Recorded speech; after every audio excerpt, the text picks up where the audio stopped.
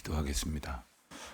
은혜로우신 하나님, 저희에게 새날을 하나님의 은총 가운데에 주시고 또 거룩하고 복된 이 아침에 주의 전에 인도함을 받아 나와 겸손히 기도하며 저희의 모든 생각들 가운데에 하나님의 뜻이 가득히 임하기를 소원하게 하시고 또 주님의 말씀을 통하여 또 주님의 인도하심을 통하여 주님의 뜻이 이루어지기를 간절히 바라는 이 아침의 경건의 시간을 인하여 감사를 드립니다.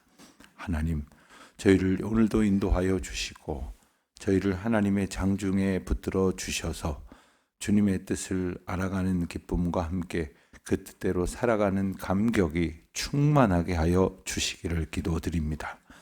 하나님께서 저희의 지난 날을 그와 같은 은혜로 인도해 주셨습니다. 추억하되 감사하는 날이 되게 하여 주시옵시고 저희 앞에 놓여질 일들을 소망하되 하나님 앞에 간절히 기도함으로 저희의 자세가 주님이 기뻐하시는 것으로 바뀌어지고 또 저희의 인생의 향방이 주님께서 인도하시는 것을 따라가는 복된 날이 되게 하여 주시옵소서. 하나님께서 특별히 이 나라 이 민족에게 허락하신 놀라운 은혜들을 저희들이 이 아침에 다시금 추억합니다. 어두움에 그대로 사멸될 수밖에 없었던 것 같았던 민족의 위기 가운데에서도 복음을 든 하나님의 백성들을 통하여 생명력 있는 진리의 말씀이 선포되게 하시고 증거되게 하실 때마다 주님의 말씀 앞에 엎드려지는 자들의 수가 더하여지게 하신 지난날의 모든 은혜를 기억하오니 하나님, 이 아침에도 저희에게 개별적인 은혜를 베푸시고 또 특별히 저희 가정마다 하나님의 은혜를 경험하는 날이 되게 하여 주시옵시고 저희 교회가 하나님의 인도하심 가운데에 주님의 돌보심과 저희를 향해 허락하시는 놀라운 계획을 보는 날이 되게 하여 주시옵소서.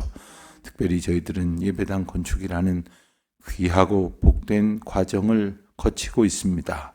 이 시기를 지나는 것이 참 힘들고 어려운 면이 분명히 싸우나 일평생 저희들 가운데에 잊지 못할 그리고 길이 간직하며 감사할 놀라운 은혜의 시간들을 지나고 있음을 저희들이 잊지 말게 하시어 저희들이 주님 앞에 긍휼을 구하며 주님의 돌보심을 구하며 기도하는 이 모든 간구를 통해 주님의 역사가 이루어지는 그 깊고 놀라우신 하나님의 권능을 보여 주시옵소서. 하나님, 예배당의 건축 공사장에 이제 많은 변화들이 있어서 깊이 파내려갔던 공간이 속속 주님께 예배드리는 공간으로 또 주님 앞에 모여 기도하고 성도의 교제를 나누며 사랑으로 연합할 공간으로 채워져 가고 있습니다. 하나님, 저희의 마음도 하나님의 권능으로 더욱 온전히 채워져 가게 하여 주시옵시고 저희가 예배당을 짓는 일 가운데에서 그저 하나의 건물을 저희를 위해서 짓는 것이 아니라 하나님 앞에 바쳐질 아름답고 귀한 예배의 전당을 봉헌할 수 있도록 그때가 이르도록 주님 저희들을 도우시고 인도하여 주시옵소서. 어린아이들로부터 모든 자녀들의 이르기까지 그리고 모든 청년들과 모든 성도들의 이르기까지 한 마음으로 하나님께서 허락하실 그 거룩한 아버지의 집을 사모하는 날이 되게 하여 주시옵소서. 하나님께서 허락하신 은혜를 따라서 이번 학기 새로이 소망하는 마음으로 시작합니다. 각 모임마다 구역마다 또 부서마다 새 봄에 하나님께서 주시는 생명력 있는 활력을 통하여 주님 앞에 힘있게 우리 모두 손잡고 걸어갈 수 있도록 저희들에게 은혜를 베풀어 주시옵소서. 하나님, 이번 주에 있을 모든 또한 주님의 은혜의 날들, 그 시간들, 예비하시는 은총의 때들을 저희들이 기억하며 기도하며 준비하는 시간에 먼저 은혜 받게 하시고 먼저 하나님의 장중에 붙들림 받는 감격으로 충만케 하여 주옵소서. 새 학기를 맞아 이제 각급 학교에 입학하고 새로운 학년의 첫 주간을 보내는 우리 자녀들에게 특별한 은혜를 베풀어 주셔서 그 마음에 평강이 넘쳐나게 하시고 주님께서 저희들에게 주시는 학업의 기회가 주님의 은혜를 배워가고 채워가는 놀라운 은혜의 시간들이 되게 하여 주시옵소서. 이 아침도 흩어져 있는 우리 성도들을 두고 기도하는 하나님 앞에 간구하오니 하나님께서 저희 모두를 은혜 가운데 교통하게 하시고 들려오는 소식이 복되도록 인도하시옵소서. 감사하오며 예수님의 이름으로 기도드립니다. 아멘.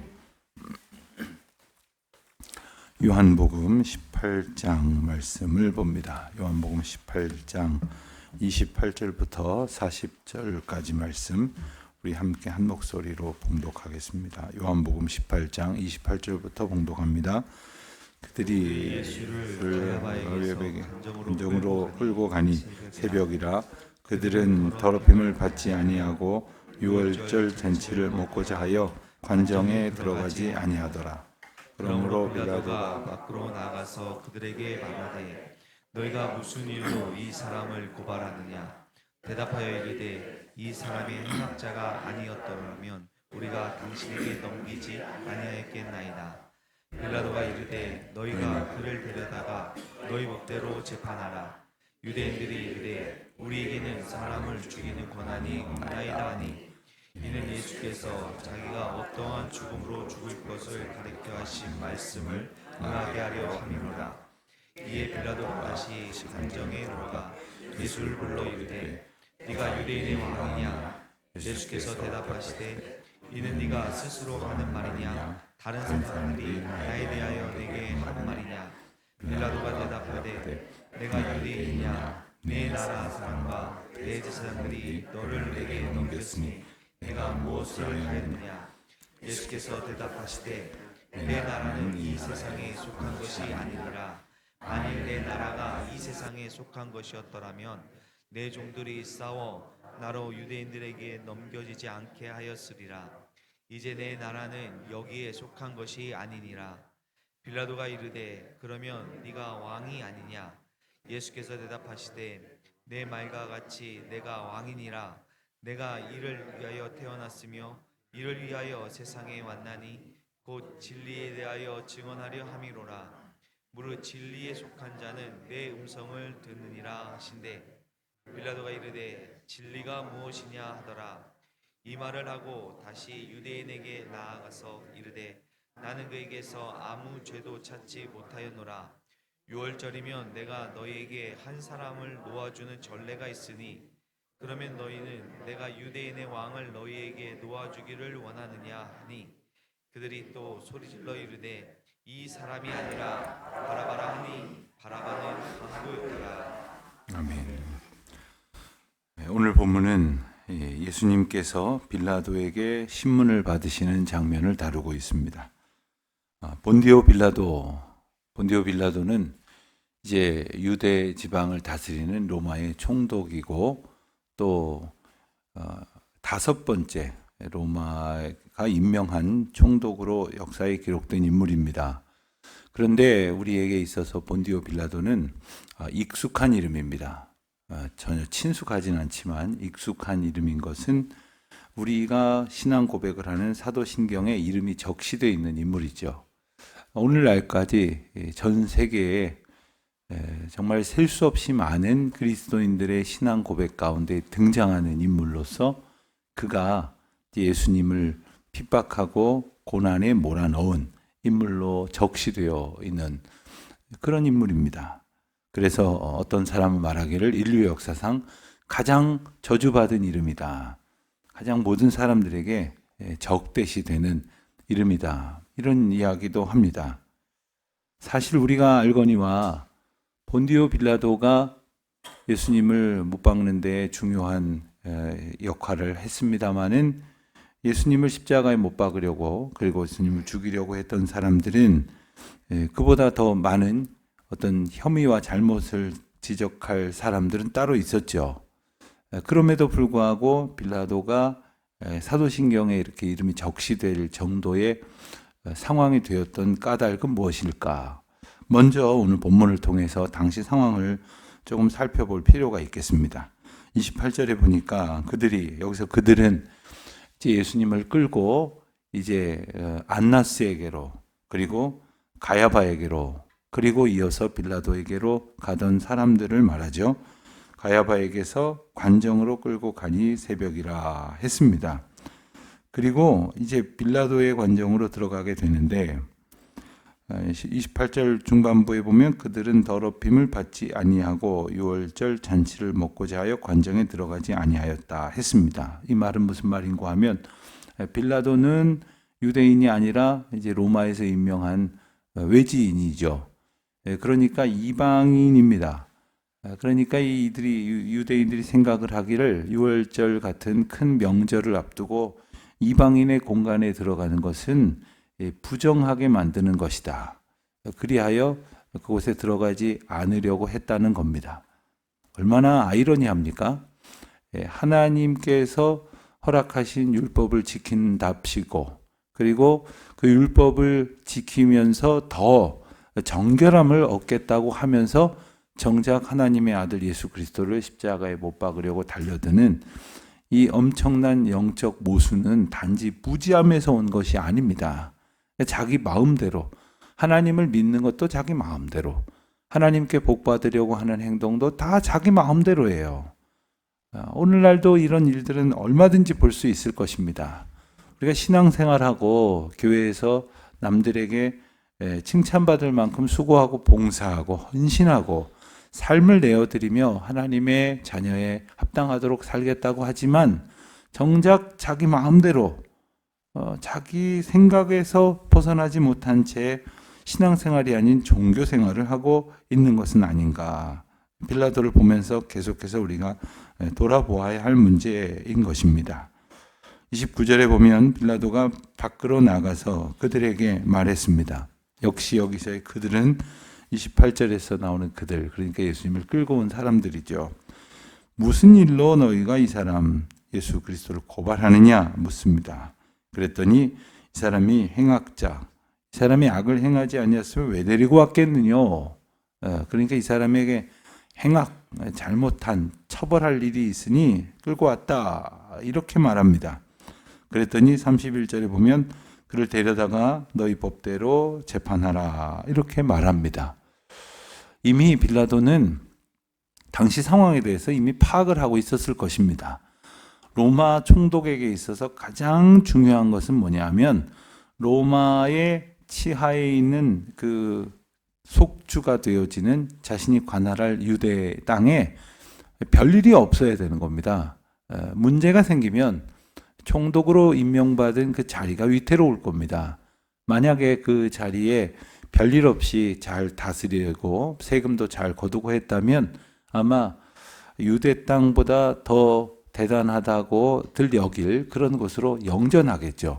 그렇지 못하면 좌천될 것이겠습니다. 이 복지부동 말 그대로 그가 가지고 있었던 것은 제발 별일이 일어나지 않기를 바라는 것으로부터 시작됐을 거예요. 그런데 지금 큰 난리가 나게 생겼고 그 밀란으로 번질 수 있는 이 소요의 중심에 있는 인물에 대해서 이미 들어 알고 있었을 것입니다. 그리고 그가 계속해서 보이는 어떤 그의 스탠스는 예수님을 처벌하려는 것이 사실 아니었어요.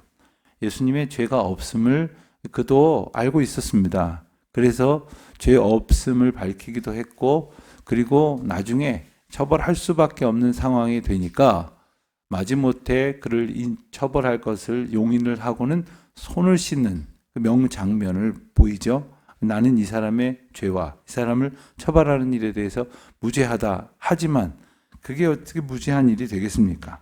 바로 우리는 여기서 유대 지도자들의 위선 그리고 빌라도의 책임 회피라는 장면을 함께 볼 수 있게 됩니다. 사실 유대 지도자들은 예수를 죽이려고 했지만 그들은 유대인들이 유대인을 죽일 수 없는 당시의 법에 의해서 그들이 직접 죽이지 아니하고 권력의 손을 빌리려고 했습니다. 유대는 지금 자치적인 어떤 그 자치권, 주민의 자치권을 행사할 수 없는 속국이죠. 로마의 지배를 받고 있기 때문에 모든 어떤 그 권세가 로마의 이 정권에 가 있는 겁니다. 그러니까 누구를 벌할 수도 당연히 죽일 수도 없는 상황이기 때문에 31절에 이야기를 하는 거죠. 우리에게는 사람을 죽이는 권한이 없나이다. 사실 사람을 죽이는 권한이 없어도 그들은 때에 따라서는 율법을 어겼다고 말하는 사람들에게 돌을 들어서 치거나 죽이려고 하는 일들이 있었습니다. 우리가 잘 아는 대로 가늠하다 현장에서 잡혀온 여인에게 돌을 들어 쳐 죽이려고 하던 모습 같은 일들이 유대 사회에서 얼마든지 있었습니다. 그러면서 그들이 만약 뭔가 이 현행법으로 문제를 삼는 사람이 있다면 율법을 들이댔겠죠. 또 율법을 가지고 문제 삼는 사람이 있다면 어떤 사람은 현행법 가지고 이야기를 했을 겁니다. 그러나 지금은 그 법을 이유로 빌라도에게 이렇게 떠넘기고 있는 모습이요. 또 빌라도 또한 죄가 없음을 알면서도 예수님을 놓아주지 못하고 있습니다. 그가 한 노력이 없는 것은 아니었죠. 오늘 본문에도 맨 마지막에 보면 어떻게 할 수가 없을 것 같으니까 6월절 명절이 되면은 한 사람을 놓아주는 전례가 있으니 하면서 예수님을 놓아주려고 하는 의도를 내비칩니다. 그러나 이미 군중들은 예수님을 못 박으라고 하는 그러한 함성에 영향을 받고 말았고, 그리고 예수님을 십자가에 못 박으라고 소리를 지르고 있습니다. 그 결과 바라바라고 하는 당대의 오늘 말씀의 말미에도 설명이 되는 것처럼 흉악범인 강도 바라바를 놓아주라고 이렇게 소리를 지르고 있는 겁니다. 우리가 잘 아는 내용이지만 여기서 우리는 몇 가지 중요한 핵심적인 그러한 묵상의 포인트를 좀 생각해 볼 수가 있어야 할 것입니다. 그것은 바로 예수님께서 보이셨던 그 계속되어지는 당당함입니다. 왜 예수님께서는 당당하실 수 있었을까? 사람이 얼마나 연약합니까? 어떤 분은 그러더라고요. 오늘 너무 두렵다고. 왜 그러냐 그랬더니 오후에 치과를 가야 된다고 그러시더라고요. 우리는 아주 조그마한 일 하나 가지고도 너무 두렵습니다. 막 몸도 아프고 막 마음도 힘듭니다. 그런데 예수님께서는 십자가를 지시는 물리적인 고통뿐만 아니라 모든 사람들로부터 죄인이라는 그 손가락질을 받아야 돼요. 수치와 모욕을 당해야 됩니다. 그러니까 단지 눈 딱 감고 몇 시간 그냥 내가 죽고 말지, 이 정도의 문제가 아니라는 말입니다. 예수 그리스도께서 받으셨던 그 환호, 그리고 인간들의 기대에 연관하여 생각을 한다고 하자면 말도 안 되는 인간들의 어떤 처우를 받아야 하는 상황을 감내하셔야 합니다. 여러분, 때로는 우리가 몸이 피곤한 것도 참 힘든 일이지만 사람들에게서 무시당하거나 모함받고 또한 공격받는 일은 더 말할 나위 없이 괴로울 일이 아닙니까? 예수님께서 그럼에도 불구하고 빌라도 앞에서 당당하게 말씀하십니다. 빌라도가 지금 최고 권력자이기 때문에 빌라도에게 적절하게 타협을 한다거나 아니면 빌라도 한 사람을 상대로 해서 아주 영권을 가지고 그를 겁박한다든가, 얼마든지 예수님께서 모면하려고 하셨던 방법이 왜 없었겠습니까마는 이 또한 하나님의 인도하심 가운데 있었기 때문에 당당하게 말씀을 하시는 것이죠. 33절 이하에 보면 빌라도와의 대화가 나옵니다. 예수님에게 이제 묻죠. 네가 유대인의 왕이냐? 예수님께서 그건 네가 하는 말이냐, 들은 말이냐? 이러면서 문답을 이어가십니다. 36절은 예수님 대답하시기를 내 나라는 이 세상에 속한 것이 아니다. 내 나라가 이 세상에 속한 것이었다면 내 종들이 싸워 나로 유대인에 넘겨지지 않게 하였으리라.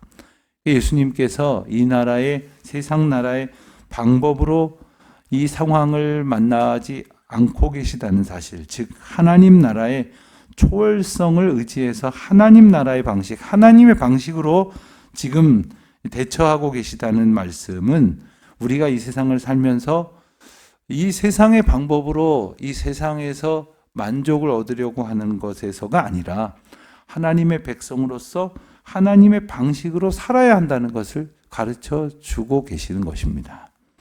37절을 보면 빌라도가 다시 묻습니다. 그러면 네가 왕이 아니냐?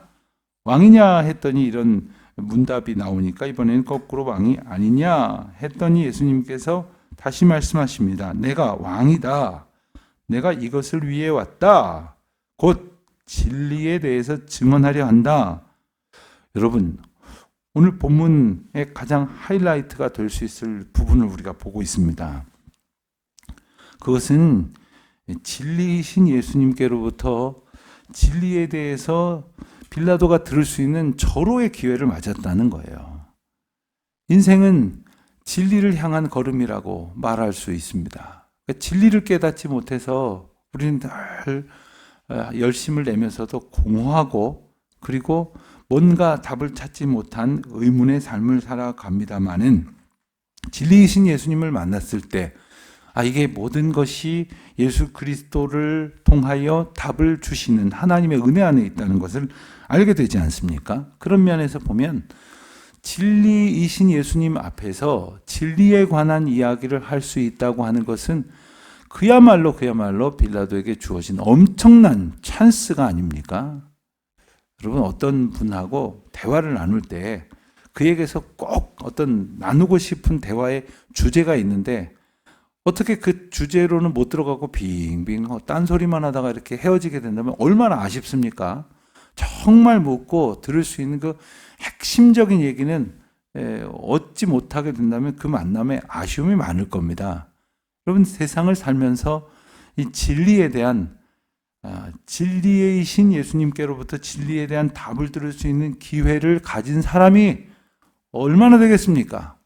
그런데 빌라도는 이 엄청난 기회가 있었습니다. 그리고 실상 질문을 하기까지 합니다. 진리가 무엇이냐라고 빌라도가 물었습니다. 그러나 예수님께서 넌 알 거 없다 하셨겠습니까? 예수님께서 그가 묻는다면 왜 답을 하시지 않으셨겠습니까? 그러나 그는 진리가 무엇이냐고 묻고는 정작 귀 기울이지 않은 채 다시 나가서 나는 아무 죄도 그에게서 찾지 못하겠다 이렇게 말하고 있습니다. 만약에 이 부분의 행간을 우리가 읽어본다면 예수님께서 말씀하신 진리를 본문에는 기록이 다 안 돼 있지만 진리를 들었다고 하십시다. 깨달았다고 하십시다. 그래서 예수님에게서 죄가 없음을 깨달았다고 한다면 어떻게 나가서 이렇게 자기를 모면하려는 행동을 하겠습니까? 이것이 인간의 연약함이요 우리가 이 세상에서 얼마든지 휩쓸려 갈 수밖에 없는 이 세대의 세태임을 우리가 깨닫고 오직 예수 의지함으로 진리이신 예수를 우리가 굳게 붙들기를 소망함으로 성령의 인도하심을 얻으며 살아가는 그 복을 오늘도 우리가 누릴 수 있게 되기를 바라는 것입니다. 예수님의 고난이라는 하나님의 특별한 사랑을 둘러싸고 벌어지는 이 인간 군상들을 우리가 봅니다. 예수님은 하나님의 뜻을 이루시고자 이 과정 가운데 계십니다. 사실 빌라도에 대해서 다시 한번 우리가 정리를 하자면 빌라도의 이름이 사도신경에 들어가는 것은 대단히 중요한 의미가 여기에 있는 것이죠. 우리가 보는 것처럼 빌라도의 비겁함이 인간의 어떤 대표적인 우리가 버리고 하나님을 의지해야 할 이유임을 일깨워 주시는 동시에 빌라도가 등장을 함으로써 역사상 이 사건이 대단히 중요한 그리고 실제하는 사건이라는 증거가 되는 겁니다. 우리는 당연히 이 역사성을 부인하지 않습니다만 많은 사람들은 예수님에 관한 이야기들을 하나의 어떤 이야기 정도로 보고 살아온 사람들이 적지 않았습니다. 그러나 빌라도를 통하여 일이 이루어졌다고 하는 것은 역사적인 기록이라고 하는 것을 그 근거라도 되라고 주장하는 사람들에게 주신 하나님의 은혜 사건이죠. 오늘 우리 또한 빌라도처럼 비겁하게 되기 쉬운 연약함을 가졌으나 하나님을 의지하는 가운데에 진리의 길로 걸어가신 예수님처럼 예수님의 인도하심만을 소원하여 주님 붙들고 의지하고 주님이 붙드시는 은혜를 기뻐하며 살아갈 수 있으시기를 주님의 이름으로 축원드립니다. 기도하겠습니다. 하나님 아버지, 오늘도 저희를 꼭 붙들어 주시옵소서. 이 세상에서 온갖 것들 눈치 보느라 주님을 향한 그 인도하심에 합당하게 살아가지 못하는 어리석음의 삶을 살지 말게 하시고 진리이신 예수님을 만난 그 감격에 충만하여 오직 주님만 바라고 의지하며 살아가는 주의 자녀들 되게 하여 주시옵소서. 예수님의 이름으로 기도드립니다. 아멘.